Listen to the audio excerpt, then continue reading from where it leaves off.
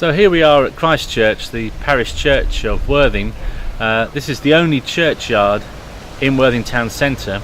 The church was built in 1843 and is an outstanding example of a flint built building.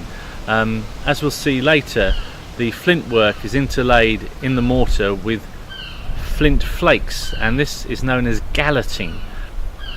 One of the things you notice as you stroll through the churchyard is the early age at which a lot of people died. Now, these memorials are almost exclusively to middle and upper middle class people. The poor couldn't afford to have a stone memorial that would survive to our own time. And a poignant little reminder here of infant mortality. Edward William Ballett Fletcher died November the 8th, 1881, aged 9 months. It almost seems poignant beyond words that a child with such an impressive name lived such a short period of time. And infant mortality was something that Victorian families came to accept almost as an inevitable part of bringing up a family.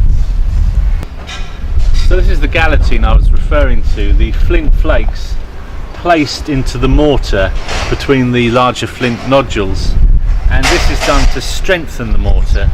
And it was effective because if you look around this building, there's no sign of the larger flints falling out, whereas often with flint built buildings, over a period of years, unless constant maintenance takes place, the mortar starts to crumble and the flints fall out, and then the whole building is in jeopardy. And with something of this size, that was a danger they wanted to avoid.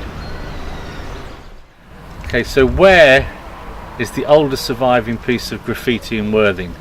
Now, perhaps you know of some graffiti that goes back to the 1970s, scrawled on the back of a public convenience somewhere, but you probably wouldn't know of any graffiti that goes back to 1845. But if we look here, clearly scratched onto the stone is a name and a date. The date is 1845. So this church would only been open 2 years then.